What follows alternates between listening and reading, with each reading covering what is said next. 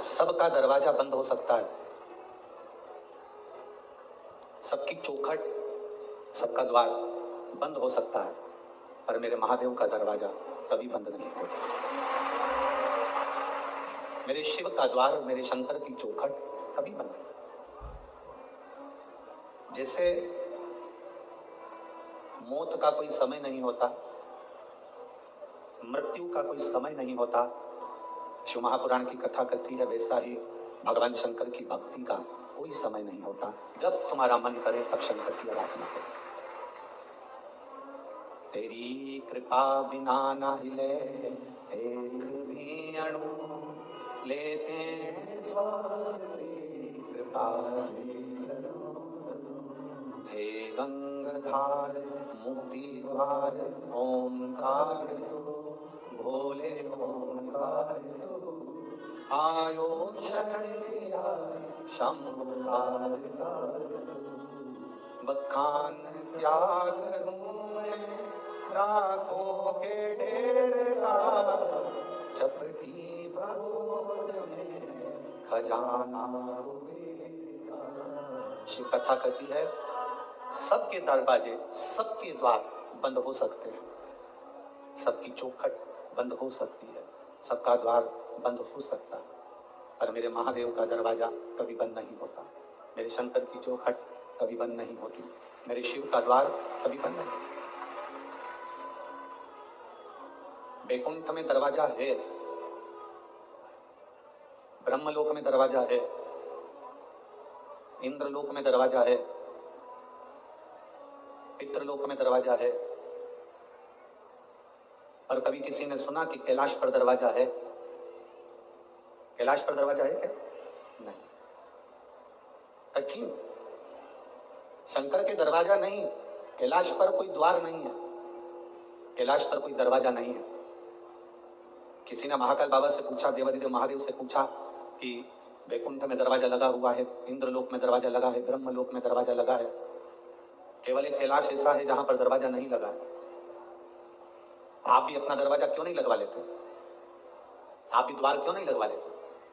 भगवान शंकर ने कहा, माता और पिता एक ऐसे होते हैं जो कभी भी दरवाजा लगाकर नहीं सोते। बुजुर्ग माता पिता अपना दरवाजा खोल कर सोते हैं कि बेटे को, कौन सी बहू को, कौन से पोते को, कौन सी बेटी को, किसको हमारी कब जरूरत पड़ जाए तो हमारा दरवाजा खुला के खुला रहे, ये द्वार बंद ना किया जाए। माता पिता का जैसे कमरा, माता पिता का घर, माता पिता का द्वार बंद नहीं होता। बेटा कैसा भी है, पिता उसको गले से लगाता ही, वो पिता है। एक पिता के दो पुत्र हैं, एक पुत्र ने कहा कि पिताजी मुझे तुम्हारे साथ में नहीं रहना है, मुझे मेरी जायदाद का हिस्सा दे दो।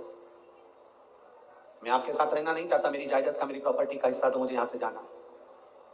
पिताजी ने बेटे को समझाया कि जायदाद का हिस्सा लेकर करेगा क्या, बर्बाद हो जाएगा, मत ले हिस्सा। नहीं नहीं, मुझे चाहिए। पिता ने जायदाद का हिस्सा दे दिया। अपनी प्रॉपर्टी के 3 हिस्से करे, एक अपने छोटे बेटे को, एक अपने बड़े बेटे को। एक हिस्सा पिता ने अपने पास में रखा, छोटा बेटा जायदाद का हिस्सा लेकर शहर चले गया। शहर में गया तो उसके बहुत सारे मित्र बन गए, बहुत मित्र। धीरे धीरे उस मित्र ने, उन मित्रों ने मित्र का सारा धन हड़प कर उसको कंगाल कर दिया। आखिरी में वो रोने लगा कि मैं जाऊं तो जाऊं कहां, कहां जाऊं। उसने सोचा कि अब तो पिताजी से मैं अपनी प्रॉपर्टी का हिस्सा भी ले आया, पिताजी से मेरी जायदाद का हिस्सा ले आया, मैं कहां जाऊं। पर उसने सोचा एक बार पिताजी के पास चलते हैं। 8 साल के बाद बेटे को बाप की याद आई, पिता की याद आई, 8 साल के बाद। और बेटे को याद आई, पिता के पास में गया। पिताजी खेत में काम कर रहे थे, फसल लगा रहे थे। बेटे ने देखा पिताजी फसल लगा रहे हैं, पिता की दृष्टि बेटे पर पड़ गई। पिता दोनों हाथ फैला लिया, बेटा आकर अपने पिता के गले से लग गया। बेटे ने कहा, पिताजी मेरी पूरी प्रॉपर्टी सब समाप्त हो गई, मेरा धन पूरा चले गया, आप मुझे चिल्लाएंगे नहीं? पिता कहते हैं धन चले गया कोई बात नहीं, प्रॉपर्टी चली गई कोई बात नहीं, पर मेरा बेटा मेरे पास आ गया, इससे बढ़कर कोई धन नहीं, इससे बड़ा कोई सुकून नहीं जिंदगी का। मेरे भगवान देवादिदेव महादेव का जो दरवाजा है एक पिता का दरवाजा है, मेरे शंकर का द्वार एक पिता का द्वार है। बेटा कैसा भी हो, बेटा किसी भी तरह का हो, तो भी मेरा शंकर, मेरा उगड़दानी, मेरा त्रिकालदर्शी, मेरा कैलाशी, मेरा अविनाशी, मेरा शिव उसको गले से लगा लेता है। अपने बेटे को वो अपने गले से लगाता है। सारे दरवाजे बंद हो सकते हैं, सारे दरवाजे। जब विपदा की घड़ी आती है, दुख का समय आता है, कष्ट की घड़ी आती है, सब साथ छोड़ देते हैं। कौन किसके साथ गया? आपके मोहल्ले में अगर कोई मरा तो उसके साथ कोई दूसरा मरा, अरे बोलो तो जम के, नहीं हो सके नागपुर में फैशन हो, कोई मरा उसके साथ कोई दूसरा मरा, नहीं मरा। कोई जला तो उसके साथ दूसरा जला, नहीं। किसी का अंतिम संस्कार हुआ तो उसके साथ में कोई उसके परिचित ने कह दिया कि मुझे भी साथ में जला दो, नहीं। किसी के साथ कोई नहीं जाता।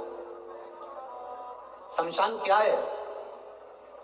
दक्ष प्रजापति ने भगवान शंकर को श्राप दिया था कि मैं तुझे श्राप देता हूं कि तू शमशान में निवास करेगा। शमशान मेरे शंकर का घर है, वहां व्यक्ति देवादिदेव महादेव के पास में जाता है। शंकर कहते हैं तू ये कभी मत सोचना कि तू अकेला है। जन्म हुआ, गर्भ में भी मैं था, इसलिए लोग कहते हैं कि अंदर पिंड जैसा बच्चा, पिंड मतलब पिंडी, पिंडी मतलब शिव। जन्म हुआ तब भी शिव था, तब भी शिव। जन्म के समय पर भी शंकर है, और जन्म के हमारे प्राण जब छूटे, हमारी मृत्यु जब हुई, तभी भी कोई हो ना हो, मेरा देवादिदेव महादेव शमशान में तुम अकेले नहीं, मेरा शिव तुम्हारे साथ है, मेरा शंकर तुम्हारे साथ है।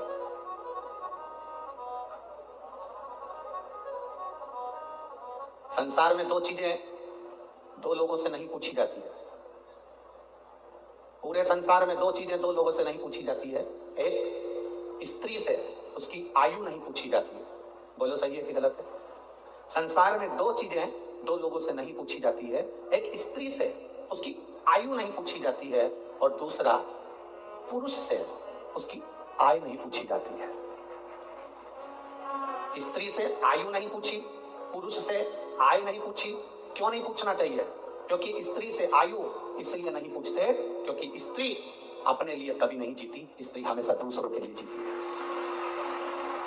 और पुरुष से आय नहीं पूछते। क्यों नहीं पूछते? क्योंकि पुरुष अपने लिए नहीं कमाता, हमेशा दूसरों के लिए कमाता है, इसलिए इन दोनों से नहीं पूछा जाता। स्त्री से उसकी आयु नहीं पूछी जाती और पुरुष से उसकी आय नहीं पूछी जाती। आदमी किसके लिए कमा रहा है? सवेरे 8 बजे से दुकान पर बैठता है, रात को 10 बजे तक दुकान पर बैठता है, दिन भर मेहनत करता है। आप में से कितने लोग हैं जो दिन भर मेहनत करते हैं तो सोने की रोटी खाते होंगे, चांदी का कटोरा पूरा की पूरा खा जाते होंगे? अगर करोड़पति भी करोड़ों का धन कमा रहा है, गरीब बड़ा भी अगर धन कमा रहा है, तो वो 2 रोटी ही खा रहा है। एक भिखारी हमारे दरवाजे पर जब भीख मांगने के लिए आता है, वो भीख मांगने नहीं आता, हमको ज्ञान देने आता है। भिखारी भीख मांगने दरवाजे पर आता है तो हमको ज्ञान देने के लिए आता है। भिखारी ये कहने के लिए आता है, भैया मुझे रोटी दे दो, भैया 2 रुपया दे दो। वो रुपया लेकर, रोटी लेकर तुम्हारे दरवाजे के बाहर एकांत में बैठकर रोटी को खाता है। बोलो खाता है कि नहीं खाता? भिखारी जब दरवाजे पर आता है तो ज्ञान देने के लिए आता है, रोटी मांगता है, दरवाजे पर खाता है। दुकानदार के सामने भिखारी जब मांगने के लिए आता है तो ज्ञान देने के लिए आता है, दुकानदार से कहने के लिए आता है कि देख, मैं भीख मांगकर खाता हूं तो भी समय पर रोटी खाता हूं, और तू दिन भर कमाता है तो भी रोटी तेरे नसीब में नहीं आ पाती। दिन भर कमाता है तो भी रोटी तेरे नसीब में नहीं आ पाती। 10 बजे का टिफिन तैयार है, पत्नी फोन लगा रही है, सुनो भोजन का टाइम हो गया, 11 बज रही है, 11:30 बज रही है, 12 बज रही है, स्वामी भोजन कर लो, स्वामी आओ भोजन कर लो। पत्नी पति को बुला रही, बच्चे बाप को बुला रहे, पापा समय हो गया अभी तक नहीं आए, भोजन करना है, पापा आओ। भाई भाई को कह रहा है, देख फैक्ट्री बाद में चले जाना, दुकान बाद में चले जाना, चल रोटी खा पहले। पत्नी रोटी के लिए बुला रही, बच्चे रोटी के लिए बुला रहे, पर अभी बस 2 ग्राहक और कर लूं, इसके बाद आता हूं, 2 फाइल और निपटा लूं, इसके बाद आता हूं, 2 काम और कर लूं, इसके बाद आता हूं। और हम जिस रोटी के लिए कमा रहे हैं, जिस रोटी के लिए मेहनत कर रहे हैं, जिस रोटी के लिए हम 24 घंटे लगे हैं, मालूम पड़ा वो रोटी धीरे धीरे छूटती चली गई। 10 बजे रोटी खाने वाला 12 बजे खा रहा है, 12 बजे वाला 1:30 बजे खा रहा है। फिर बीमारी हो गई शुगर की, बीमारी हो गई बीपी की। कभी डॉक्टर तुम्हारा परिचित हो तो उससे पूछना कि बीपी और शुगर कैसे होते हैं। समय पर जो भोजन नहीं करता उसको बीपी और शुगर की बीमारी होती चली जाती है। समय पर जो अपनी जिंदगी को नहीं जीता उसको बीमारियां बढ़ती चली जाती है। पूछो कभी। एक भिखारी भी हमको ज्ञान देता है कि अपनी जिंदगी में जो हमने कमाया है उस कमाई का थोड़ा सा अंश हम अपने ऊपर खर्च करें। हम कमाई का अंश, इस व्यासपीठ से कभी नहीं कहा आपसे कि आप अपने धन को किसी को दे दो, आप अपने धन को किसी को दान कर दो। हम कभी नहीं कहते इस व्यासपीठ से कि तुम तुम्हारी संपदा उठाकर किसी को दिया ना या किसी को दान करियाना। हम इतना जरूर कहते हैं कि तुमने जो कमाया है, तुम जो कमा रहे हो उसको अपने ऊपर खर्च जरूर करना, जिससे लगे कि तुमने मेहनत कर कमाया तो अपने ऊपर खर्च किया। खर्च किया तुमने। स्त्री से कभी आयु नहीं पूछी जाती, पुरुष से कभी आय नहीं पूछी जाती, क्योंकि स्त्री कभी अपने लिए जिंदगी नहीं जीती। जीती है तो पहले माँ बाप के लिए, माता पिता ब्याह कर कर भेज देते हैं तो पति के लिए, पति के बाद में जब बच्चे आ जाते हैं तो बच्चों के लिए, फिर जीती है तो अपना पोता पोती नाती पंती के लिए। पूरी जिंदगी स्त्री अपने शरीर को अगर संभाल कर रखती है तो दूसरों के लिए रखती है कि मेरे बच्चे सुखी रह ले, मेरा परिवार सुखी रह ले, मेरा परिवार सुखी रहे, मेरे बच्चे सुखी रहे, मेरा कुटुंब सुखी रहे, मेरे रिश्ते सुखी रहे। स्त्री से आयु नहीं पूछी जाती, पुरुष से आयु नहीं पूछी जाती।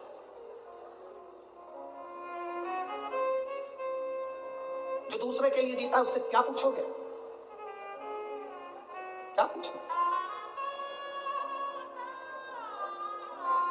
शिव कथा कहती है, मेरा भोला बाबा, मेरा शंभू, मेरा त्रिकालदर्शी कैलाशी अविनाशी शंकर अमृत नहीं पिए, विष पिया। किसके लिए? दूसरों के। शिव जी ने चंद्र धारण करा, किसके लिए? दूसरों के।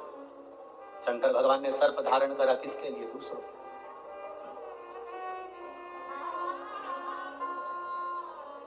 सर्वे भवन्तु सुखी। अपने लिए क्या रखा? क्या रखा? पार्वती जी ने पूछ लिया था भोलेनाथ जी से, बाबा आप सारी दुनिया को देते हो, अपने पास कुछ नहीं रखते हो, क्यों नहीं रखते? शिव जी कहते हैं, पार्वती मुझे रखने की जरूरत नहीं है। मैंने जिसको दिया है अगर वो उसका सही उपयोग करेगा तो उसका एक अंश मेरे पास आएगा। अगर उसने सही उपयोग करा तो उसका एक अंश मेरे पास में आएगा, मेरे करीब में पहुंचेगा। अगर वो सही उपयोग कर रहा है तो। आप किस चीज का सही उपयोग कर रहे हैं? नयन दिया मेरे धर्म बाबा ने दर्शन करने के लिए, इन नेत्रों से हम दिन भर अपने मोबाइल को, अपनी टीवी को देखते रहते हैं। श्रवण दिए भगवान ने कथा को सुनने के लिए, हम इससे कथा श्रवण नहीं कर पाते। मुख दिया मेरे दातार ने भजन करने के लिए, हम भजन नहीं कर पाते। पांव दिए मंदिर तक जाने के लिए, हम जा नहीं पाते। हाथ दिए जनमानस की सेवा के लिए, हम सेवा नहीं कर पाते। शरीर का प्रयोग करा कहाँ? मुख का प्रयोग करा मदिरा पीने में, शराब के नशे में, गंदे नाली के पानी में। कान का प्रयोग करा निंदा और चुगली और गाली सुनने में। नेत्रों का प्रयोग करा गंदी चीजें देखने में। पांव का प्रयोग करा गंदी जगह जाने में। हाथ का प्रयोग करा गंदी वस्तुओं को छूने में। हमने प्रयोग करा क्या?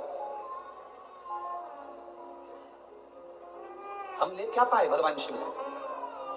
शंकर के मंदिर जाना, जल का पात्र लेकर जाना, वहां से खाली पात्र लेकर मत आना। आपको पहले भी कथा में कहा, बोला था कि नहीं बोला था? शिव जी पे चढ़े हुए जल को थोड़ा सा झेल कर कलश में डालकर जरूर लेकर आना, उसका आचमन करना, घर में छींटना। शंकर के पास जाना तो कभी खाली वापिस मत आना।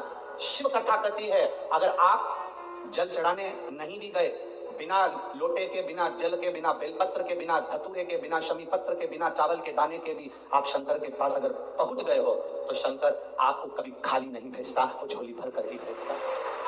शिव भक्ति होती ही ऐसी। शंकर भगवान की अविरल भक्ति का फल ही यही है। शंभु शरणे मांगो घड़ी रे, दुख काटो दया करी। शिव कथा कहती है, भगवान की शरणागति के करीब में जब हम जाएं तो हम भगवान से कुछ मांगे चाहे ना मांगे, वो दिल से देता जरूर है, दिल से देता।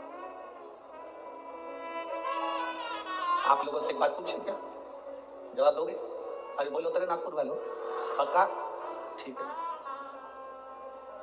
तुम्हारी आर्थिक स्थिति ठीक है, तुम्हारी आर्थिक स्थिति ठीक हो और मानसिक स्थिति ठीक नहीं हो, तो आर्थिक स्थिति का कोई कारण, कोई अच्छा फल होगा क्या? जम के तो बोलो जरा। और अगर तुम्हारी आर्थिक स्थिति ठीक नहीं हो, तुम्हारे पास में धन नहीं हो, ज्यादा गाड़ी बंगला नहीं हो, और तुम्हारी मानसिक स्थिति ठीक हो, तो उसका फल होगा कि नहीं होगा? होगा ना, उसका फल। यही नागपुर की कथा, आज चतुर्थ दिवस की कथा प्रत्येक मानव के जीवन में जाना चाहिए। तुम्हारे घर में धन बढ़े चाहे ना बढ़े, पर तुम्हारा मन और तुम्हारी बुद्धि, चित्त तुम्हारा अच्छा होना चाहिए, तो तुम्हारा धन अपने आप बढ़ेगा। आर्थिक स्थिति ठीक और मानसिक स्थिति ठीक नहीं हो तो धन का क्या करोगे? पैसा क्या खाओगे कि धन के गद्दे को छाती पे धर के ले जाओगे? क्या करोगे उस धन का? आर्थिक स्थिति से ज्यादा जरूरी है मानसिक स्थिति ठीक होना। मन ठीक नहीं है, दिमाग ठीक नहीं है, बुद्धि ठीक नहीं है, चित्त ठीक नहीं है, तो करोड़ों का धन अलमारी में भरा रहे तो उसका मतलब क्या? मतलब सारे देवताओं में, 33 कोटि देवी देवताओं में, सारे देवताओं की आर्थिक स्थिति बिल्कुल ठीक है, करोड़ों का धन है, संपदा है, सुख है, वैभव है, सबके पास में वैभव है, सबके पास में धन है। और मेरे बाबा के पास में आर्थिक स्थिति भी ठीक है और मानसिक स्थिति भी ठीक है, वो दुनिया के मन को अपने कंट्रोल में रखते हैं। एक बार लक्ष्मी जी ने नारायण से कहा था, प्रभु आपका और हमारा झगड़ा होता रहता है, आपका और हमारा विवाद होता रहता है, आप हमारे पति, हम आपकी धर्म पत्नी और विवाद करते हैं। ब्रह्मा जी से कहती, आप और हमारा विवाद होता रहता है, धन बढ़ गया पर घर में सुख भी तो होना चाहिए। शिव भगवान नारायण ने कहा, लक्ष्मी घर की मानसिक स्थिति ठीक करने का सबसे सुंदर तरीका है, सबसे सुंदर तरीका, लक्ष्मी शिव की आराधना करो। लक्ष्मी जी ने कहा, मैं शंकर की आराधना? हाँ। लक्ष्मी जी ने कहा, आप कह रहे हो बिल्कुल सही है, मेरी माँ। लक्ष्मी जी की माँ का नाम क्या था? भगवान नारायण की सासू का नाम क्या था? ख्याति देवी। क्या नाम था? ख्याति देवी। लक्ष्मी जी की माँ भगवान विष्णु जी की सासू ख्याति देवी। लक्ष्मी जी कहती है, मेरी माँ ने भी मुझे कहा था कि जब मन श्रेष्ठता में ना जाए, मन विचलित हो, मन में चिंता रही हो, मन विचलितता में, तब शंकर भगवान के पार्थिव शिवलिंग का निर्माण कर उसकी आराधना करना। आप रोज प्रतिदिन यहाँ जितने लोग भी कथा सुन रहे हैं और जितने लोग आस्था चैनल पर, फेसबुक, यूट्यूब पर कथा सुन रहे हैं, बहुत कम लोग होंगे जो रोज शंकर भगवान का पार्थिव शिवलिंग बनाते होंगे और उसकी पूजन करते होंगे। बहुत कम लोग होंगे जो पार्थिव शिवलिंग का निर्माण कर उसका पूजन करते होंगे, बहुत कम लोग। अगर हम रोज पार्थिव शिवलिंग का निर्माण नहीं कर सकते, हम रोज भगवान शंकर के शिवलिंग का निर्माण कर पूजन नहीं कर सकते, तो कम से कम एक काम हम रोज कर सकते हैं, अपने घर से जल ले जाकर शंकर जी को समर्पित कर सकते हैं, जिससे बाबा हमारे हृदय की दशा को जाने।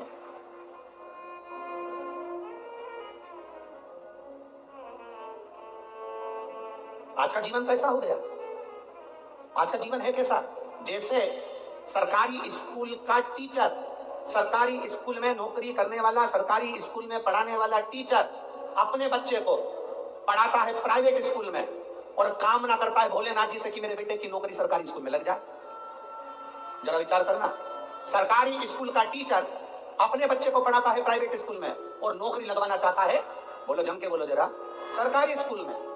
हमारी बात दुनिया के लोगों को बहुत बुरी लगती है महाराज, बाद में कहते हैं सीवर वाले महाराज को बोलने का तरीका नहीं है। तो तुम जिस दिन तरीके पे आ जाओगे तो हम भी तरीके से बोलना प्रारंभ कर देंगे, उसमें क्या दिक्कत है? उसमें क्या टेंशन? सरकारी स्कूल में पढ़ाने वाला टीचर, सरकारी स्कूल का प्रिंसिपल, सरकारी स्कूल में पढ़ाने वाला टीचर अपने बच्चे को पढ़ाता है प्राइवेट स्कूल में और बेटे की नौकरी लगवाना चाहता है सरकारी स्कूल में। कारण उसको स्कूल की पढ़ाई का अंदाजा है, उसको स्कूल की कमाई का भी अंदाजा है, इसलिए वो नौकरी सरकारी चाहता है। अगर तू अपने बेटे को सरकारी नौकरी चाहता है तो अपने बेटे को सरकारी स्कूल में पढ़ाना भी चाहिए, पढ़ाना भी चाहिए। जब तुम अपने बच्चे को सरकारी स्कूल में पढ़ाओगे तो तुम्हें मालूम पड़ेगा कि हमें किस तरह से बच्चे को पढ़ाना है, हमें कितना ज्ञान देना है, कितनी प्रबलता देना है, कितनी विद्वत्ता देना है। एक साइंटिस्ट पहले अपने साइंटिस्ट बनने वाला पहले धीरे धीरे धीरे धीरे प्रैक्टिकल कर करके तब जाकर साइंटिस्ट बनता है। आप भी जब अपने ऊपर अमल करोगे तब मालूम पड़ेगा कि जिंदगी की दौड़ में हमें कितने आगे निकलना है, कितने पीछे हम जा रहे हैं।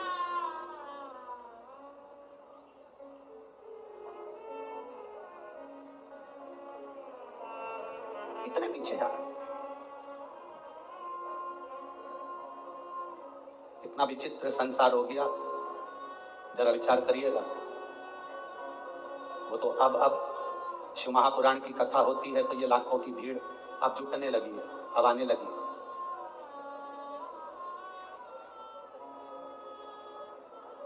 बहुत कठिन है महाराज, बहुत कठिन। भक्ति में मन लगाना, भगवान की भक्ति में जुड़ना, अपने आप को शिव तत्व की ओर लेकर जाना बहुत कठिन। अपने भीतर से शंकर की ओर जाना। आप में से कई माताएं बैठी हैं जो बात बात में कहती थी घुटने काम नहीं कर रहे।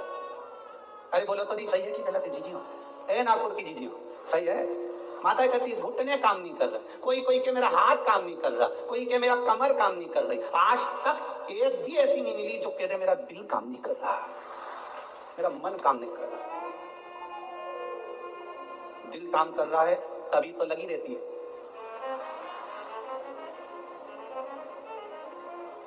घुटना भले काम नहीं करे पर दिल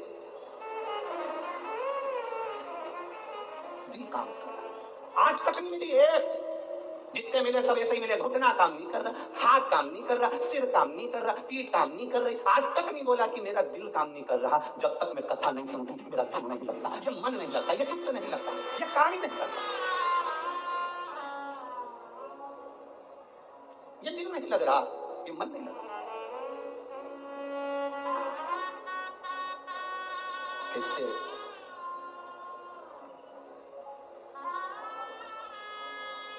भगवान शंकर की भक्ति के बिना ये मन कैसे लग जा? कैसे? हरि खानो नहीं भावे मने पीनो नहीं भावे, दौड़ दौड़ मन सत्संग और मैं तो शिव की दीवानी ऐसी हो गई रे, सपनों में आवे मारे डमरू वाला। मेरा डमरू वाला मुझे दिख रहा है।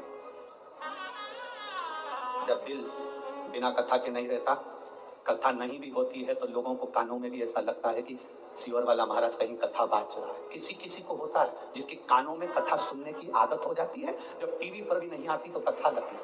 आपके साथ भी हुआ होगा, कभी किसी गली में से निकल रहे होगे तो आपको लगा होगा ऐसा लग रहा है कथा चल रही है। जिसको ऐसा लगे कि मुझे ऐसा लग रहा है कि कथा चल रही है, गली में से निकल कर जा रहे हो, आवाज आ गई, ट्रेन में सफर कर रहे हो, बस में सफर कर रहे हो, तुम्हें आवाज आ गई, तुम्हें ऐसा लगे कि कथा चल रही है, समझ लेना तुम्हारा दिल भोलेनाथ से लग गया। अब मानता नहीं है, ये चित्त लगता ही शिव में समाहित हो। बोल बम का नारा है, शिव में हमारा चित्त लग गया, शंकर में हमारा मन लग गया, ये हृदय लग गया। और उसी से लगा वो कहे सताओ ना हमें लोगों, हमें दिल की बीमारी, सताओ ना हमें लोगों, हमें दिल की बीमारी। हमारा वेद दुनिया में वो डमरू धारी। ये बीमारी का इलाज करने वाला केवल एक है, वो शिव। अभी इससे पहले जो कथा हुई थी छत्तीसगढ़ की, सुनी थी? अरे बोलो तो। हमने उसमें कहा था दर्जी शर्ट में जेब लगाता है तो वो राइट में नहीं लगाता, वो लेफ्ट में लगाता है। कहाँ लगाता है? लेफ्ट में। दर्जी शर्ट में जेब, टी शर्ट में जेब सीधे हाथ में नहीं लगाता, कुर्ते में जेब दर्जी अपने सीधे हाथ पर नहीं लगाता। दर्जी अगर जेब लगाता है तो उल्टे हाथ पर लगाता है, क्योंकि दर्जी को मालूम है दिल यहीं पर होता है, ऊपर जेब लगाऊंगा तभी मंदिर गया बेलपत्र लाएगा ना तो ऊपर की जेब में रख लेगा। ये बेलपत्र नहीं, शंकर दिल के करीब होना चाहिए, हृदय के करीब होना चाहिए। ये शिव दिल के करीब हो, हमारे हृदय के करीब हो हमारा शंकर, हमारा ओ घड़ी दयालु दाता नजदीक हो हमारा। अभी कई कई लोग अभी कल कथा यहाँ पर सवेरे 8 की कथा तो ये 2 से 5 है, कल टीवी पर भी 2 से 5 आएगी, पर यहाँ पंडाल में जो कथा रहेगी वो सवेरे 8 बजे से 11 बजे तक रहेगी। अब जो अहमदाबाद की कथा थी वो परमिशन ना मिलने के कारण बस कैंसिल हो गई, तो अब कथा होगी 3 नवंबर से 9 नवंबर तक ब्रज में, कोसीकला में, मथुरा में 2 बजे से 5 बजे तक। अब बीच में जो समय है तो कई माताओं ने विचार करा अच्छा हुआ हमारी कथा थी तो हमारा मन नहीं लगता था काम में, अब बीच में जो समय मिल गया हम इसमें सफाई कर लेंगे, अब दिवाली की सफाई, अब बीच में जो समय मिला है सफाई करने का मिला। बस आपसे निवेदन है, जैसे घर की सफाई करोगे तो लक्ष्मी आएगी, दिल की सफाई रखना तो महादेव जल्दी से प्रवेश करेगा। ठीक है, वो प्रवेश करते रीझता है। जैसे विजयदशमी के दिन समर्पित की गई शमी का एक पत्ता, महादेव को अगर एक शमी का पत्ता विजयदशमी के दिन समर्पित कर दिया जाता है तो जिंदगी में कभी विभव और धन की कमी नहीं आती। उसी तरह इस हृदय को शिव तत्व में समाहित कर कर रखना। समाहित। एक कथा आप लोगों ने सुनी होगी, महर्षि वर्तंतु। महर्षि वर्तंतु जिनके शिष्य थे कोत्स, जिसका नाम था कोत्स। महर्षि वर्तंतु के शिष्य कोत्स बड़े आज्ञाकारी थे कोत्स, और वर्तंतु जो कह देते थे, महर्षि वर्तंतु जो बोलते थे वो कोत्स वो सुनता था। महर्षि वर्तंतु का एक काम बड़ा प्रबल था, वो कोत्स से हमेशा कहते थे कि पार्थिव लिंग का निर्माण करो, मैं पूजन करने आ रहा हूं। पार्थिव लिंग का निर्माण करो, मैं पूजन करने। ये वर्तंतु ऋषि, महर्षि वर्तंतु कोत्स से कहते थे। अब कोत्स का कार्य यह था कि वो रोज एक पार्थिव शिवलिंग का निर्माण करता और अपने गुरुजी को आवाज लगाता, गुरुदेव गुरुदेव, गुरुजी पधारो, गुरुजी पधारो, आवाज लगाता। वर्तंतु महर्षि आते और पूजन करने बैठ जाते। बहुत सावधानी से स्मरण करना इस कथा का, बहुत सावधानी। अब पूजन करने वर्तंतु महर्षि बैठ जाते। एक बार कोत्स भरी निंद्रा में सो रहा था, उसने स्वप्न में क्या देखा कि कोई काले काले से भयंकर दंत वाले आश्रम में प्रवेश कर रहे। अब भयंकर दंत वाले आश्रम में प्रवेश कर, आप जरा विचार करिएगा, ऋषि के आश्रम में संत के दरवाजे पर, गुरु के दरवाजे पर कोई भयंकर जीव तो आ ही नहीं सकता, क्योंकि गुरु इतना भजन करा होता है कि सन्यासी गुरु संत साधु सन्यासी तपस्वी साधक उपासक इतना तप करे होते हैं कि ये यम के दूत उनके पास पहुंचते ना। पर आज कोत्स ने क्या देखा कि भयंकर मुद्रा वाले, भयंकर दंत वाले, भयंकर विकराल उतारे हुए कुछ गण, यम के कुछ गण, यमदूत ये अंदर आ गए। तो कोत्स क्या कर रहा है, उन यमदूतों से पूछ रहा है तुम कौन हो, कहां आए हो। कहा वर्तंतु के पास में आ। क्यों? बस वर्तंतु के पास हम पहुंचे उनको लेने। ओ क्यों? उनको लेने के लिए तो बैकुंठ से पार्षद आना थे, उनको लेने के लिए तो बैकुंठ से विमान आना था, तो तुम उनको लेने कैसे पहुंच गए? उन्होंने तो शंकर की आराधना करी है, उन्होंने तो शिव की आराधना करी है। यमदूतों ने बड़ी सुंदर बात कही, वो आपकी बुद्धि में बैठना चाहिए। यहां जितने लोग कथा सुन रहे हैं, जितने आस्था चैनल पर फेसबुक पे सुन रहे हैं, आपकी बुद्धि में कोत्स की और वर्तंतु की चरित्र आपके जीवन में उतरना चाहिए। इन्होंने तो शंकर की आराधना करी है, शिव की भक्ति करी है। यमदूत कहते हैं हम इनको शंकर के दरवाजे तक लेकर जाएंगे, आधा समय ये शिव के द्वार पर रहेंगे और आधा समय हमारे साथ में रहेंगे। कारण क्यों? कहा ऋषिवर गुरुवर जब पूजन करने बैठते थे तो आधा कार्य वो अपने शिष्य से करवा लेते थे। बेटा फूल लेके आना, बेटा आसन बिछाना, बेटा ये सामान लेकर आना, बेटा वो सामान लेकर आना। एक स्त्री एक पुरुष स्वयं, आप अगर ठाकुर जी से सेवा करने बैठे हो, भगवान से लाड लगाने बैठे हो, भगवान की पूजन करने बैठे हो, भगवान की आराधना करने बैठे हो, तो अपनी पूजन की थाली स्वयं लगाइए। पशुपति व्रत करने वाली माताएं ध्यान रखेंगी इस बात के लिए। पशुपति व्रत की नियम, पशुपति व्रत करने वाली माताओं का नियम क्या है? कई माता कहती है हमने 2 बार व्रत कर लिया, भगवान हमारी नहीं सुना, हमने ये कर लिया, भगवान हमारी नहीं सुना। आप आए नहीं, सुबह हो गई, मेरी पूजा की थाली धरी की धरी रह गई। क्यों? उसका कारण क्या था? मतलब मेरी पूजा में कोई ना कोई कमी निश्चित। आपने पशुपति व्रत करा, भगवान क्यों ना सुने? क्यों नहीं सुने? कारण क्या है?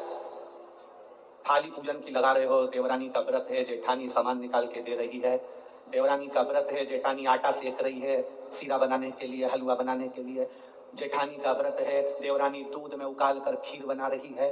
व्रत तुम्हारा, साधना तुम्हारी, मान तुम रहे हो। शिव महापुराण की कथा कहती है, हिचकी चली, क्या बोलते हैं, हिचकी की डुचकी है, हिचकी। अब तुमको चल रही हिचकी, तुम अपनी पड़ोसन से, जेठानी से कह दे मेरे बत्तल का हिचकी ले ले हिचकी लेगी जेठानी? सिर तुम्हारा दुख रहा, गोली निकाल के जेठानी को दे दो, खा ले। वो पूछे क्यों? मेरा सिर दुख रहा है। हो सकता है? जम के बोलो। छींक तुम्हें आ रही, छींक तुम्हें आ रही और तुम अपनी देवरानी से कहो छींक छींक जल्दी छींक। हो सकता है? नहीं। छींक तुम्हारी है, तुमको छींकना पड़ेगी। खांसी तुम्हारी है, तुम्हें खांसना पड़ेगा। शरीर में कष्ट तुम्हारे है, दवाई तुम्हें खाना पड़ेगी। उसी तरह व्रत तुम्हारा है, तैयारी तुम्हें करना पड़ेगी। गलती हम करते हैं। पशुपति व्रत का व्रत मैंने करा, मम्मी से कह के चली गई, मम्मी मेरा पशुपति व्रत है, मैंने शादी के लिए करूंगी या बच्चों के लिए करूंगी या इसके लिए करूंगी या उसके लिए करूंगी। मम्मी ने पूरी थाली लगा के दे दी, मेरी बेटी व्रत कर रही है, मेरी बेटी। मम्मी ने पूरी थाली लगा के दे दी, प्रसाद बना के दे दिया। बेटी ने 3 बार पशुपति व्रत कर लिया और काम नहीं हुआ। बेटी बाद में कहे कि हमने भी व्रत करा था, हुआ नहीं। उस कारण को समझना। क्या तूने तैयारी करी? तू तो केवल एक सिर की उतार रही है कि महाराज बोला है तो व्रत करना है तो मेरा काम हो जाएगा। पर विचार कर, थाली लगाती तो तेरे अंदर भाव जागता कि मैं महादेव की पूजन की तैयारी कर रही हूँ, चावल रख रही हूँ, बेलपत्र रख रही हूँ, पुष्प रख रही हूँ। एक एक चीज में महादेव जुड़ता तेरे दिल से। मैं महादेव के लिए हलवा बना रही हूँ, मैं महादेव के लिए सीरा बना रही हूँ, मैं महादेव के लिए खीर बना रही हूँ, मैं महादेव के लिए ये कर रही हूँ। हर शब्द में तेरा महादेव जुड़ता तो पशुपति व्रत का पुण्य भी 2 व्रत होते और तीसरे में प्राप्त हो जाता। ये नियम है शिव महापुराण। एक एक पत्र आया है, देखिए। एक तो पत्र इतने सारे भेज दिए।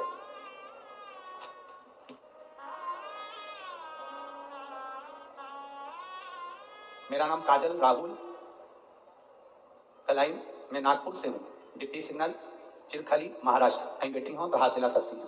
आप ही हैं? हाँ, बहुत बहुत साधुवाद। बाबा की कृपा पर बनी रहे। गुरुदेव, मुझे बच्चे नहीं थे, संतान का सुख नहीं था, कई साल बीत गए थे गुरुदेव। बच्चों का सुख नहीं, संतान का सुख नहीं। बच्चे को लाइयो साथ में, लाओ, लियाओ लियाओ लियाओ। मेरे यहाँ बच्चे का सुख नहीं था, संतान का सुख नहीं था। डॉक्टर के हिसाब से संतान का सुख नहीं था गुरुदेव। पर एक बार ऑटो में सफर करते करते एक बहन जी ने मुझसे कह दिया कि तू पशुपतिनाथ का व्रत कर। गुरुदेव, पशुपतिनाथ का व्रत एक बार करा, उसका फल नहीं मिला। मैंने सोचा हो सकता है कोई गलती हो गई हो, तब मैंने फिर दूसरी बार पशुपतिनाथ का व्रत किया। और बाबा की कृपा का मैं क्या गुणगान करूं गुरुदेव। शिव शिव है। 26 जून को मेरा गर्भ ठहर गया और बाबा की कृपा से बाबा ने ऐसी करुणा करी, ऐसी दया करी गुरुदेव कि 12/2/2023 को मेरे घर में संतान की प्राप्ति हो गई। मैं बाबा को यहाँ नमन करने आया। गुरुदेव, मुझे जो संतान हुई वो 8वां महीना भी पूरा नहीं लग पाया था। डॉक्टर के हिसाब से बच्चा कमजोर होना था, बच्चे में बल नहीं आना था, उसके शरीर में कष्ट रहना था। पर मेरे बाबा ने मेरी लाज रखी गुरुदेव और 8वां महीना भी चालू नहीं हुआ और जो संतान हुई बाबा की कृपा से पूरी स्वस्थ हुई। उसको मैं लेकर आई हूँ बाबा को प्रणाम करने के लिए। ये शिव तत्व है। ओ घड़ी दयाल, और तेरी कृपा बिना न हिले लेते हैं श्वास। शिव तत्व की प्राप्ति, आपका विश्वास। आप पशुपति व्रत कर रहे हो, आप हरतालिका तीज का व्रत कर रहे हो, आप चतुर्थी का व्रत कर रहे हो, आप पंचमी का व्रत कर रहे हो, आप नवरात्रि का व्रत कर रहे हो। आप जिस व्रत को आप कर रहे हो, चाहे पुरुष करे, चाहे स्त्री करे, चाहे नारी करे, चाहे बच्चे करे, चाहे कन्या करे, चाहे बेटी करे, जो करे, उस व्रत में, उस व्रत की मूलता में आपका समर्पण होना चाहिए। उस व्रत की मूलता में आपका समर्पण।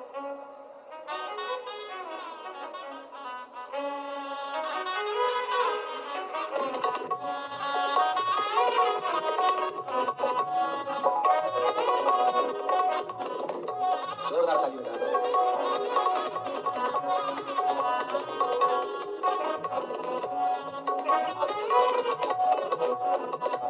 शंभू, अरे लुटा दिया भंडार कर दिया माला। शिव तत्व की प्राप्ति। हम जिस व्रत को कर रहे हैं, हम जिस आराधना को कर रहे हैं, हम जिस तप को कर रहे हैं, हम जिस साधना को कर रहे हैं, उसमें हमारा बल होना चाहिए। हमारा विश्वास होना चाहिए, हमारी दृढ़ता होना चाहिए। अपना विश्वास प्रबल, और जब विश्वास प्रबल होगा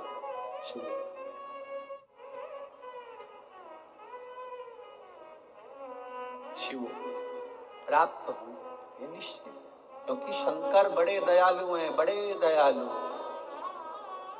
शिव जैसा दयालु संसार में कोई नहीं चरित्र करा। वर्तंतु जी के लिए कहा, आधे से ज्यादा जो कार्य था वो कोस कर देता था। आज कोस की परीक्षा करने के लिए, कोस की परीक्षा लेने के लिए, जब पूरी विद्या अध्ययन हो गया, पूरी पढ़ाई हो गई, सारा विद्या अध्ययन का कार्य हो गया, तब कोस की परीक्षा लेने वर्तंतु जी ने, कोस की परीक्षा लेने के लिए वर्तंतु जी एक बात अपने शिष्य कोस के सामने कही, कोस तुमने मुझसे विद्या अध्ययन करी है, अब देखिए शंकर का पार्थिव शिवलिंग बनाकर गुरु को दे देना और गुरु उसकी पूजन करना, उसका फल देखिए कितना विचित्र, उसका फल कितना विचित्र है। कोस तुमने पार्थिव शिवलिंग का निर्माण करा और निर्माण करने के बाद में तुम मुझे उस शिवलिंग को दे देते हो। तुम कहते हो कि मुझे यम के दूत लेने आए थे, पर वो कहीं ना कहीं उस क्रम में कहीं ना कहीं वो मुझे लेने के लिए आए, परंतु उस भोग को मुझे भोग शिव तत्व को भी जाना है और यमलोक को भी जाना है। अब मैं आपसे इतना सा कहना चाहूं, वर्तंतु ने कहा, कोस तुमने मुझसे विद्या अध्ययन करी है, आज विद्या अध्ययन के फल स्वरूप मेरी जो दक्षिणा बनती है वो मुझे दीजिए। गुरुवर क्या दूं मैं आपको, बोलिए। शिव कृपा देखिएगा कितनी प्रबल। केवल पार्थिव शिवलिंग का निर्माण कर देना, पूजन कोई करे कर रहा, अपने क्षेत्र में, अपनी कॉलोनी में, अपनी सोसाइटी में, अपने एरिया में कहीं शंकर का मंदिर बन रहा है, शंकर का शिवालय बन रहा है, बन सके आप उसमें सहयोग प्रदान करना, नहीं बन सके तो किसी की टांग मत खींचना कि ये मंदिर क्यों बन रहा है, ये शिवालय का निर्माण क्यों कर रहे हो, शिवालय क्यों बनवा रहे हो। केवल शंकर भगवान के पार्थिव लिंग का निर्माण करने वाले उस कोस पर शिव कृपा कैसी होती है, वो कथा यहाँ वर्णन कर वर्तंतु जी ने कहा। वर्तंतु का अब वर्तंतु ने कहा, कोस कोस मैंने जो तुमको विद्याध्ययन कराया उसकी दक्षिणा। कोस ने कहा, गुरुवर ये पूरा जीवन आपके लिए है, ये पूरी जिंदगी आपके लिए, आप बताइए क्या दे सकता हूं, क्या प्रदान करूं, आप बोलिए। कोस तूने मुझसे विद्या अध्ययन करी है, 14 करोड़ सोने की मुद्रा मेरी विद्या अध्ययन जो तूने करी उसके फल स्वरूप तुझे देना पड़ेगा। कितनी करोड़?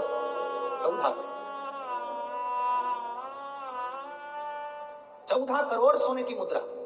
कोस की आंखों में जल भर गया, गुरुदेव मेरे पास तो इतना धन नहीं है, मैं 14 करोड़ आपको सोने की मुद्रा कैसे दे सकता हूं, फिर भी गुरु ने मांगा है, मैं लाकर जरूर दूंगा। अब गुरु क्यों मांगे हैं ये तो गुरु ही जान सकते हैं। गुरु जो कृपा करते हैं वो दुनिया में कोई नहीं कर सकता। एक संत सदगुरु शिव का उपासक भगवान की भक्ति करने वाला, दिन रात शंकर का स्मरण में डूबने वाला, दिन रात राम नाम कृष्ण नाम की भक्ति में डूबने वाला, केवल उसकी आंख की दृष्टि ही पड़ जाती है तो जीव का कल्याण हो जाता है। वो सहज नहीं है गुरु।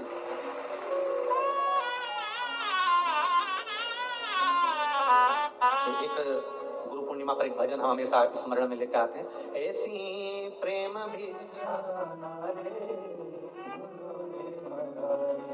ऐसी प्रेम भिक्षा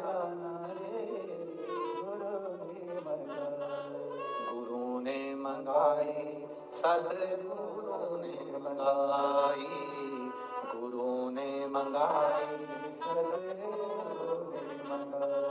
ये गुरु क्या कृपा करता है ये किसी को नहीं मालूम पड़ता। एक चेला, उसकी बहन की शादी, गुरु जी से कह रहा, गुरु जी मेरी बहन की शादी में जाऊं, जा।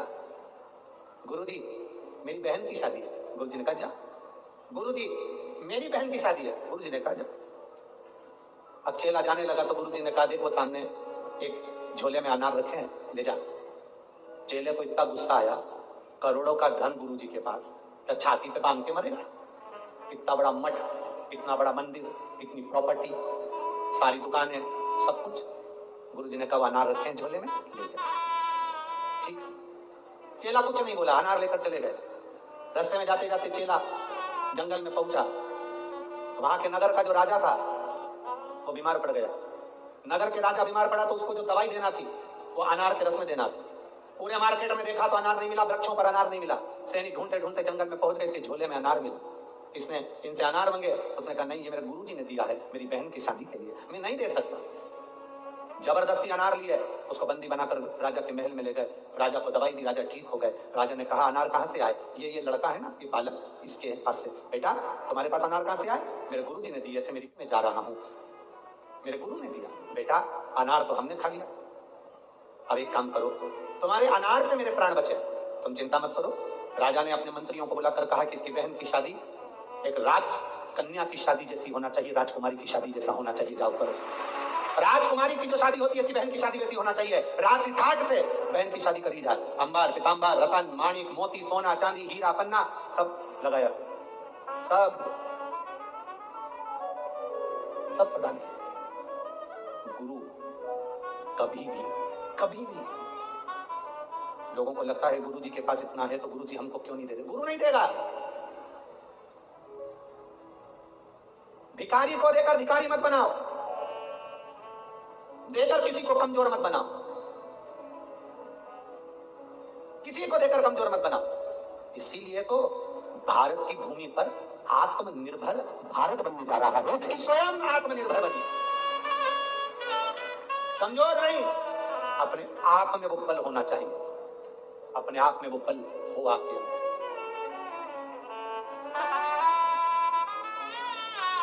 आज प्रेस वार्ता थी, मीडिया के एक बंधु ने प्रश्न किया कि कल आपने व्यासपीठ से कह दिया कि शास्त्र और शस्त्र उठाना चाहिए, आपने तो ये गलत कहा। हमने कहा आत्मरक्षा के लिए, स्वयं की रक्षा के लिए, धर्म की रक्षा के लिए और सनातन धर्म की रक्षा के लिए वो बहुत जरूरी हो गया है।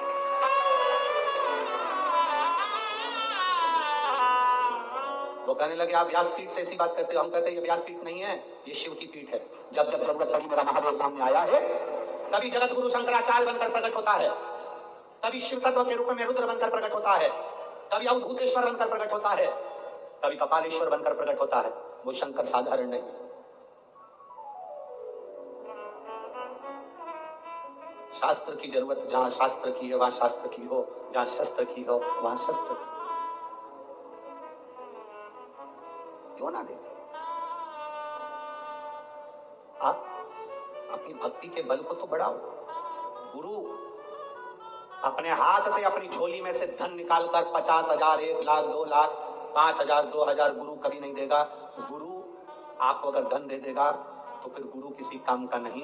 गुरु अगर देगा तो ऐसा समान, ऐसी कृपा, ऐसी दृष्टि गुरु दे देता है जिससे जिंदगी में तुझे किसी के आगे हाथ ना फैलाना पड़े। वो गुरु देता,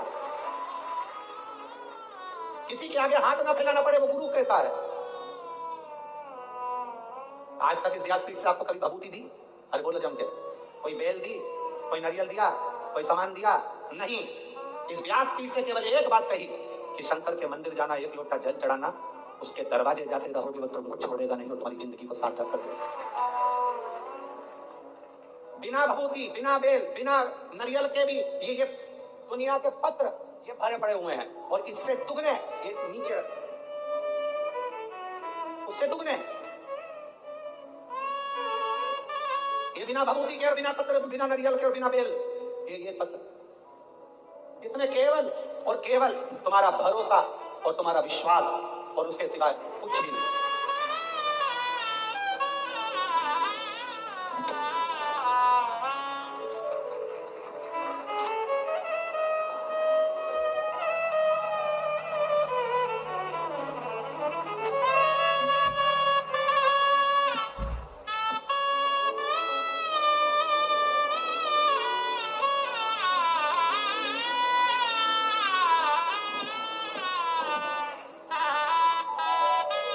अब इसमें है क्या?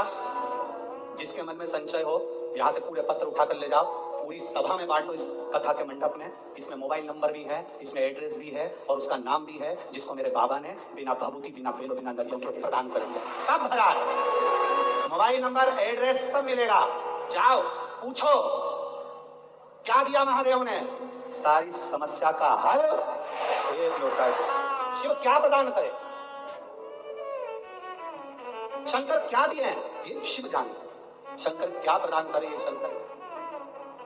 अरे खाली न जाता कोई दर से तुम्हारे, खाली न जाता कोई दर से तुम्हारे, अरे मैं भी खड़ा हूं। मेरी जीजियों, दिल से अगर आपने सुना है ना, वो 3 महीना भी नहीं लगाएगा, 15 दिन में झोली भर देता है। अगर दिल से सुनी है शिव महापुराण की कथा, केवल छल कपट और हृदय में कहीं भेदभाव रखकर, कपट रखकर अगर सुनी है, तो उसका प्रमाण भी वो दे देता है। दिल से सुनी और दिल से देता है, खाली नहीं छोड़ता। मेरा महादेव, मेरा शिव। लोग कहते हैं गुरुजी शिव महापुराण में ऐसा क्या है, हम कहते हैं एच चूने से लिखा रहता है तो उसको हेलीपैड कहते हैं। हेलीपैड को देखकर हेलीकॉप्टर उतर जाता है, शिव महापुराण को देखकर मेरा महादेव उतर जाता है। ये वो हेलीपैड क्या देगा वो, उसके ऊपर सीहोर वाला महाराज तो कल कथा पूरी कर देगा, 11 बजे कथा विराम कर 1 बजे यहाँ से सीहोर के लिए निकल जाएगा। और आपने जो दिल से सुना है, उससे निवेदन करा, बाबा मेरे दुख काटना, क्या देगा? कोई तंत्र नहीं, कोई मंत्र नहीं, कोई दिखावा नहीं, आपका एक लोटा जल। विश्वास के साथ आप जब महादेव शंकर के दरवाजे तक जाते हो, शिव की चौखट तक जाते हो, तब बाबा भी जान जाता है कि ये मेरे करीब में आया है। बाप है वो, बाप, जगत का बाप, जगत का बाप है वो।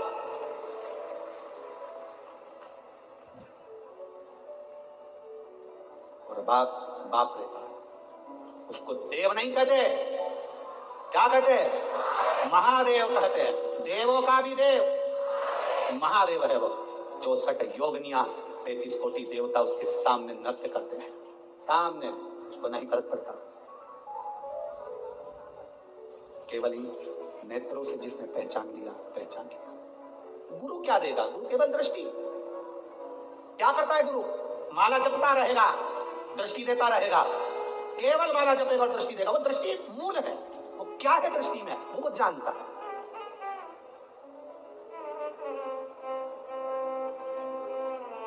क्या देगा?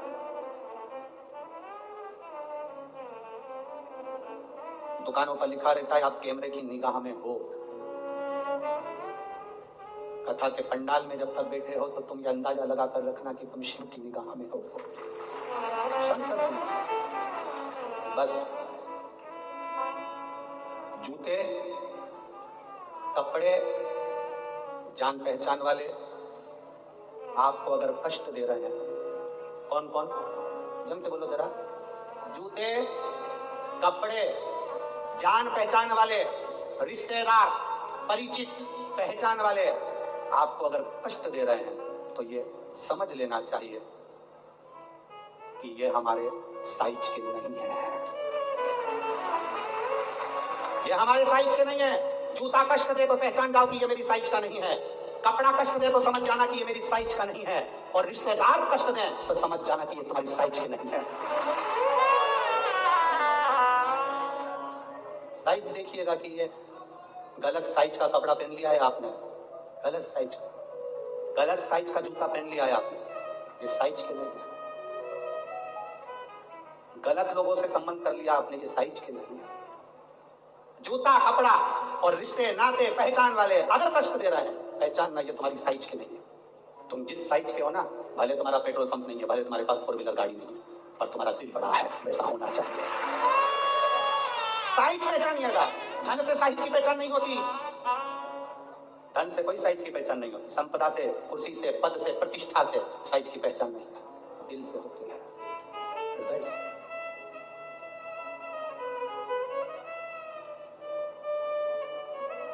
महाराज, बर्तन तू कोष से कहे मुझे 14 करोड़ सोने की मुद्रा चाहिए। गुरु परीक्षा लेता है। गुरु परीक्षा की घड़ी में ऐसा सामने आता है कि परीक्षा लेने के लिए तत्पर।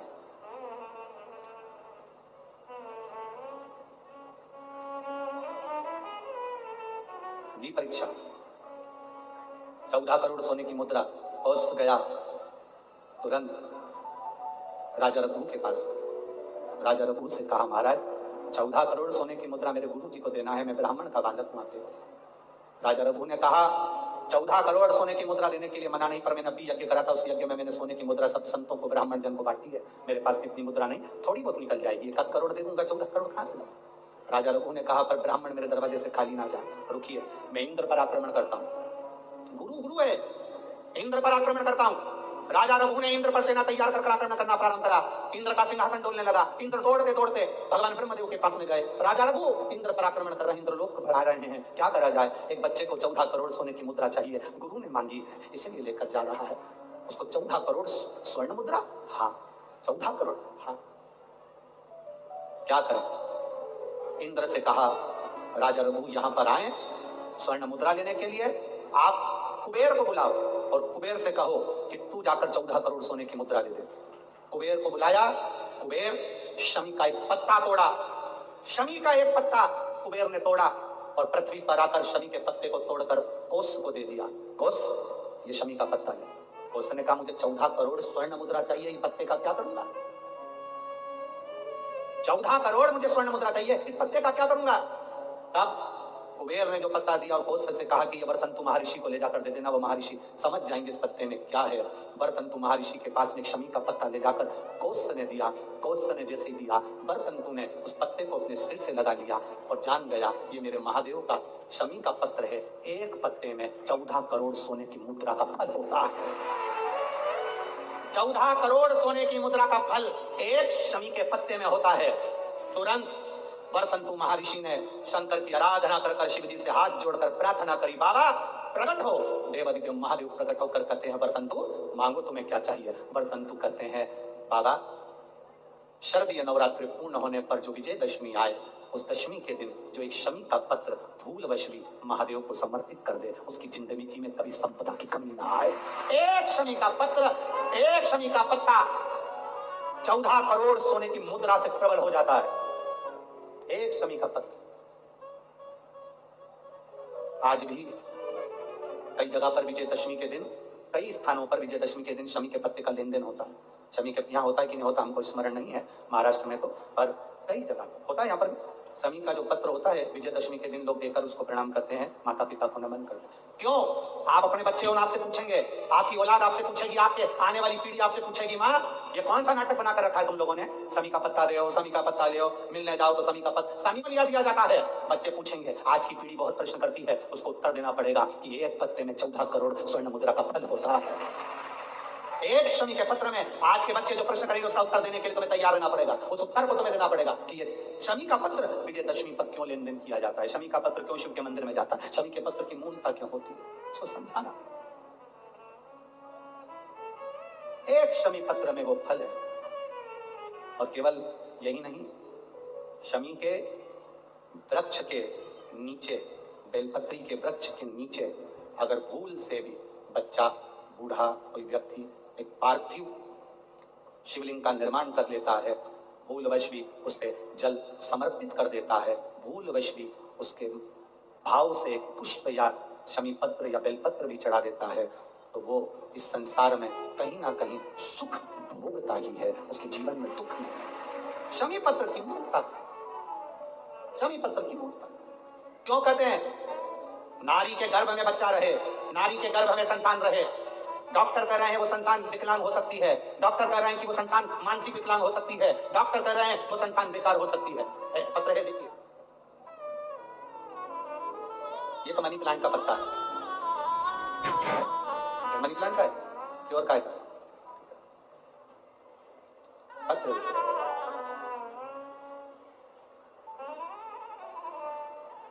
मेरा नाम निशा श्रीवास, भवानी नगर, पारड़ी, नागपुर। मोबाइल नंबर ये है। कहीं बैठी हैं आप ही हैं? हाथ हिलाइए एक बार। गुरुदेव, लिया बच्चे को, लिया लिया। गुरुदेव, शादी 2014 में हुई थी, शादी के बाद कोई संतान का सुख नहीं हुआ, टेस्ट भी करवाया तो भी बच्चा नहीं हुआ, डॉक्टर के हिसाब से संतान के सुख का कोई क्रम नहीं दिखा, सारी जगह घूम कर आए पर औलाद नहीं हुई, खूब गोदियां भरवाई पर औलाद नहीं हुई। गुरुदेव, परिवार के किसी व्यक्ति के कहने पर बाबा का पशुपति व्रत किया और बाबा की पशुपति व्रत के साथ में सफेद आंकड़े की जड़ का प्रयोग किया। बाबा ने कृपा करी, 2014 के बाद पहली बार गर्भ ठहरा।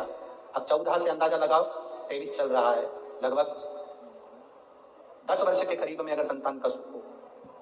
गुरुदेव, संतान गर्भ नहीं ठहरा, फिर सीहोर गए, बाबा कुबेरेश्वर महादेव को प्रणाम करा, वहां का कंकर उठा कर लिया है, उसी को पूजन करते, बाबा से प्रार्थना करते, वापिस से सफेद आंकड़े की जड़ को हमने बदला, ठीक बदला। बाबा की कृपा से गर्भ ठहर गया। डॉक्टर ने तो कहा था कि तुम्हारे गर्भ में बच्चा नहीं, कोई पत्थरी हो गई है। जांच में फिर गठान हो गई, गठान से जांच करते करते डॉक्टर ने कहा कि तुम्हारे गर्भ में बच्चा है पर यह पूर्ण तरह से स्वस्थ नहीं है, इस बच्चे को गिरा देना चाहिए, इस बच्चे को निकाल देना चाहिए, ये बच्चा ठीक नहीं है, ये बच्चा श्रेष्ठ नहीं है। 10 वर्ष के बाद जिसकी गोद भरी हो गुरुदेव, वो बच्चा कैसे गिरा दे? हमने भी बाबा से प्रार्थना करी और बाबा से प्रार्थना कर कर आपने शमी पत्र का वर्णन किया था, उस शमी के पत्ते को हमने बाबा को समर्पित करा, वही पत्ता हमारी धर्म पत्नी के पास में रहा और बाबा की कृपा से जो संतान हुई, डॉक्टर ने कहा ये बच्चा पूरी तरह से स्वस्थ है, इस बच्चे में कोई खराबी नहीं, ये बच्चा पूर्ण तरह से स्वस्थ है, इस बच्चे में कोई तकलीफ नहीं। 10 साल के बाद औलाद हुई है गुरुदेव, और 10 साल के बाद 2014 में संतान का विवाह हुआ था, उसके बाद से संतान सुख नहीं था। ये शिष्य कृपा, उदारता, उसकी करुणा, उसकी दया होती ही ऐसी।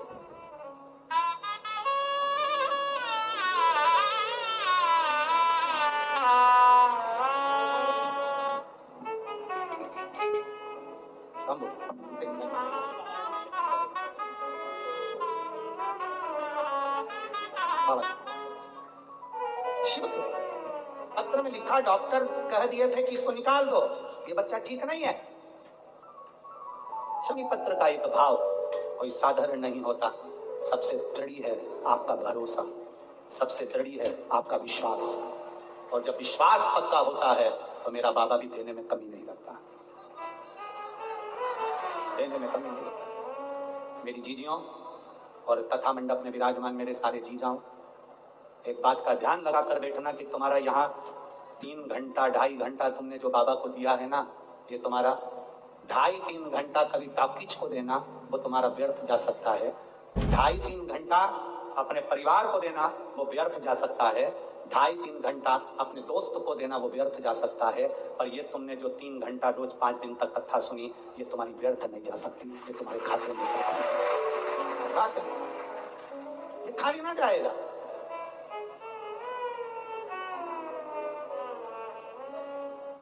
वरबंतु ने एक शमी पत्र से जीवन का एक आनंद बता दिया।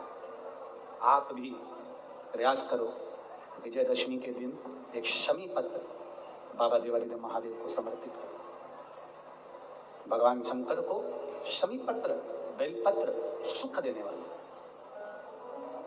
जैसे तारकासुर को मारने के लिए भगवान षडानंद कार्तिकेय प्रकट होते हैं, गंगा जी के जल से 6 रूप बालक प्रकट, कृतिकाओं ने उसका पालन पोषण किया, 6 को 1 कर दिया, उसका नाम कार्तिकेय होगा। कार्तिकेय बाबा ने तारकासुर का संहार किया, तारकासुर को मारा। एक बात बहुत अच्छे से अपने अंदर उतार कर रखिएगा, शरद पूर्णिमा से लेकर कार्तिक की जो पूर्णिमा है, उस बीच में कार्तिक महीने की जब शिवरात्रि आए या प्रदोष व्रत आए, थोड़ा ध्यान देना, ये उन लोगों के लिए है जो 1 रुपये कमाते हैं, सवाया खर्च होता है, घर में जिनकी संपदा जुड़ती नहीं, बीमारियों में पैसा ज्यादा जाता हो, या कहीं ना कहीं तकलीफ अपनी जिंदगी में आती है, उसके लिए शिव आराधना कार्तिक महीने की थोड़ा ध्यान से श्रवण करें। वैसे तो कार्तिक महीने में जो 3 नवंबर से 9 नवंबर तक ब्रज की भूमि में कोसी कला में जो शिव महापुराण की कथा है 2 बजे से 5 बजे तक, उसमें हम वर्णन करेंगे ही गोपेश्वर गोपी शिव महापुराण की कथा में। फिर भी और हमारा निवेदन, जो ब्रज के नजदीक में रहते हैं, ब्रज की भूमि में कार्तिक महीने में पहली बार शिव महापुराण की कथा होने जा रही है। जो ब्रज के नजदीक में रहते हैं वो बड़े भाव से सुनने के लिए अवश्य बता। जो उसके नजदीक में रह रहे हैं, जिनको ब्रज रज में बैठकर सर्वेश्वर भगवान कृष्ण की रज में महेश्वर भगवान शंकर की कथा जिनको सुनना है वो सुनेंगे। कार्तिक के महीने में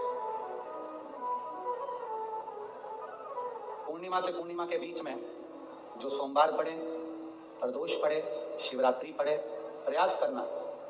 अगर बहुत कष्ट की जिंदगी चल रही हो तो शिवरात्रि, प्रदोष और जितने सोमवार पड़ रहे हो कार्तिक में 4-5 जो सोमवार पड़े उसमें एक बेलपत्र अशोक सुंदरी वाली जगह पर और शमी पत्र देवादिदेव महादेव के ऊपर, ये 2 जगह पर अवश्य चढ़ा। एक महीने में जितने सोमवार पड़ जाएं और प्रदोष पड़े और मासिक शिवरात्रि पड़े उसमें अवश्य चढ़ा। बेलपत्र कहाँ चढ़ाना है? जम के बोलो जरा। अशोक सुंदरी की जगह। और शमी पत्र कहाँ चढ़ाना है? देवादिदेव महादेव के ऊपर। एक बार चढ़ाकर देखो, आपके जीवन का जो आनंद है, जो अपने हृदय की कामनाएं हैं, अपने हृदय के भाव हैं। कार्तिक का जो महीना है भगवान षडानंद कार्तिकेय जी के लिए मूल है। इस षडानंद कार्तिकेय जी ने जब तारकासुर का संहार किया था, तारकासुर को जब मार दिया था, तो 33 कोटि देवताओं ने षडानंद कार्तिकेय जी को वर प्रदान किया। कार्तिकेय जी को वर प्राप्त हुआ। तो लक्ष्मी जी ने और भगवान नारायण षडानंद कार्तिकेय जी से कहा, हे स्कंद देव, हे कार्तिकेय, कार्तिक के महीने में जो दीप दान करता है उसके घर में कभी संपदा की कमी नहीं आती है। कार्तिक महीने के दीपदान की महत्वता जैसे लक्ष्मी और नारायण ने कही, तब ब्रह्मदेव प्रकट हुए और देवादिदेव महादेव प्रकट हुए, मां पार्वती के साथ में, और ब्रह्मा जी प्रकट हुए मां ब्रह्मणी के साथ में। उन्होंने वर प्रदान कर दिया षडानंद कार्तिकेय धूलवश भी। अगर कोई बेलपत्र और शमी पत्र दोनों एक साथ आपकी बहन अशोक सुंदरी और आपके पिता देवादिदेव महादेव को शमी पत्र जो समर्पित कर देगा षडानंद कार्तिकेय, इस कार्तिक के महीने में देवादिदेव महादेव कहते हैं उसके यहाँ कुबेर का भंडार शिव भर देते। एक शमी पत्र, फिर समझिएगा, ये जो बेलपत्र है ये आप समर्पित करेंगे अशोक सुंदरी वाली जगह पर। कहाँ समर्पित करेंगे? अशोक सुंदरी की जगह। और शमी पत्र आप समर्पित करेंगे देवादिदेव महादेव के ऊपर। बस इसमें एक चीज का स्मरण अपने को करना है, जब अपन अशोक सुंदरी की जगह पर बेलपत्र चढ़ाएंगे तो ये डंडी का जो मुख है ये महादेव के जो खाली स्थान है, खाली वाली जगह उसी ओर होगा। शमी पत्र की जो डंडी का मुख है इसी की और जिस ओर तुमने बेलपत्र चढ़ाया है उसी ओर शमी पत्र की भी डंडी का मुख उसी ओर होगा। जहां पर आप बेलपत्र की डंडी का मुख रख रहे हैं उसी ओर शमी पत्र की डंडी का भी मुख उसी ओर होगा। तो देवादिदेव महादेव भगवान शंकर, माँ जगत जननी जगदम्बा श्री ब्रह्मदेव ब्रह्माणी षडानंद कार्तिकेय को वर प्रदान कर देते। समय आता है, आगे वर्णन आया, तारकासुर के 3 पुत्र हैं, तारकाक्ष, विदुम्माली, कमलाक्ष। और ये जो तीनों पुत्र हैं ये बड़े विकराल, बड़े प्रबल। इनको मालूम पड़ा कि हमारे पिताजी शांत हो गए तो पिता के शांत होने का इन्होंने बदला नहीं लिया। इन्होंने भगवान ब्रह्मा जी की तपस्या करी, तब कर ब्रह्मा जी से वर मांगा, वर दीजिए। ब्रह्मदेव ने कहा क्या वर चाहिए? हमारे प्राण न छूटे। ब्रह्मा जी ने कहा ये हो नहीं सकता कि तुम्हारे प्राण नहीं छूटेंगे, मरना तो पड़े, प्राण तो छूटे, तो हमें वर दो। हम तीनों मरे तो एक साथ मरे।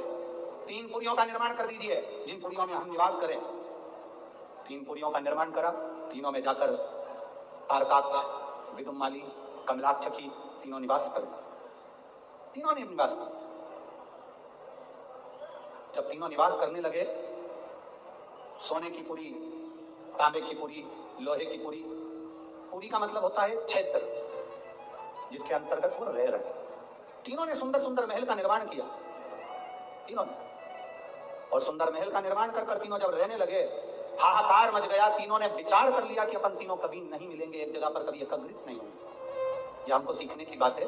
शिव महापुराण की कथा बहुत कुछ सिखाती है हमको। जब भी तीर्थ करने जाओ पूरा घर का व्यक्ति एक साथ मत जाओ, ये शिव पुराण सिखाते हैं। किसी नदी में स्नान करने जाओ, घर का पूरा व्यक्ति एक साथ मत जाओ। घर में किसी का न किसी का रहना जरूरी है।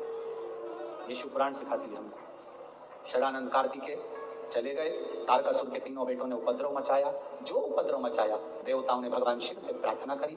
भगवान शंकर ने जाकर 3 पुरियों को भस्म कर दिया। 3 पुरियों को जैसे ही भस्म करा, शंकर जी का नाम त्रिपुरारी हो गया। भगवान शंकर जब त्रिपुरारी बन गए, आगे वर्णन आया, जिसे प्रार्थना करी, बाबा इन तीनों का संहार करिए। देवाधिदेव महादेव ने देवताओं से कहा कि तुम सब पशु बन जाओ और मैं तुम्हारा पति बन जाता हूं। भगवान एक बड़े नंदी का रूप धारण कर लिया और भगवान शिव ने एक बड़े नंदी का रूप धारण कर देवताओं से कहा तुम पशु बनो। देवता पशु बनकर भागने लगे, भगवान शंकर पीछे पीछे उनके भागने लगे। देवताओं से भगवान शंकर ने कहा पशु बनकर जाना, 3 पुरियों में प्रवेश कर जाना, 3 पुरियों के राजाओं को एक जगह इकट्ठा कर लेना, मैं उनका संहार कर दूंगा। 3 पुरियों के राजा एक जगह एकत्रित हो गए। शंकर भगवान बड़े नंदी का रूप लेकर उनको मारने के लिए सींग से पछाड़ने लगे। जैसे तारकाक्ष विदुम्माली को पछाड़ा, नीचे से कमलाक्ष की निकल गया, उसने फंसा उठाकर शंकर भगवान का सिर काट दिया। बड़े नंदी का रूप देवाधिदेव महादेव लिए थे।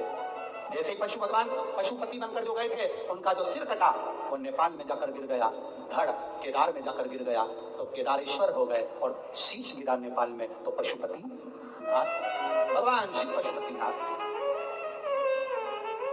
शंकर जी ने देखा कि ऐसे मरने वाले नहीं है। शिव जी अपने असली स्वरूप में आ गए। हाथ में त्रिशूल लेकर देवाधिदेव महादेव ने तारकाक्ष विदुम्माली को मारा। पीछे से कमलाक्ष फिर आया, शंकर भगवान ने उसी त्रिशूल के पीछे के नोक से कमलाक्ष को मार दिया। तीनों के प्राण छूट गए। देवताओं ने पुष्पों की वृष्टि कर दी। चारों तरफ आनंद की अनुभूति हो गई। बोल पशुपतिनाथ भगवान की हर हर महादेव। बोल बम का नारा है,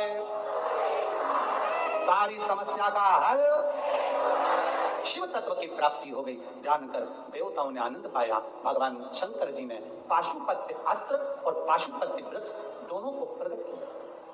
क्या क्या चीज प्रकट करी, जम के बोलो जरा। पाशुपत्य अस्त्र और पाशुपति व्रत।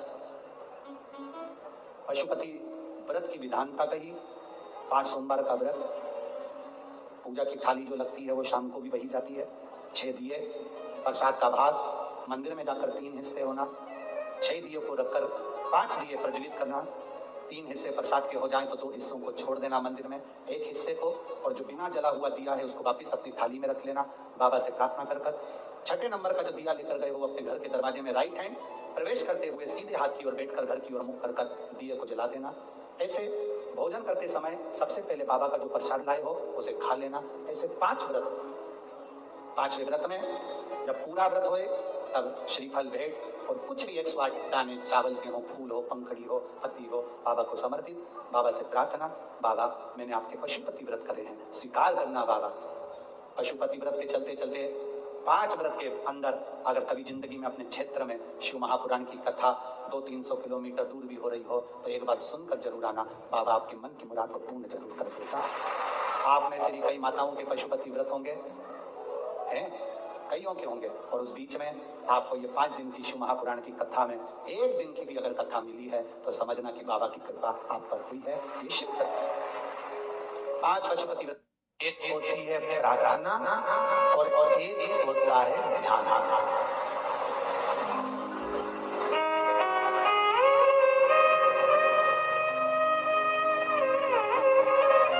प्रार्थना और ध्यान, इन दोनों में अंतर होता है।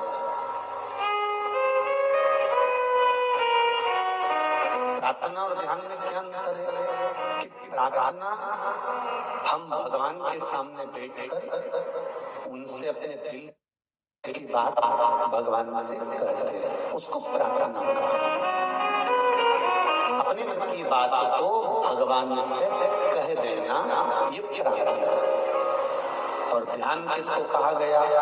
संसार सागर से मन को हटाकर बैठना और भगवान से ये दिल को जोड़ने का प्रयास करना, तार जोड़ने का प्रयास करना, इसको ध्यान करना।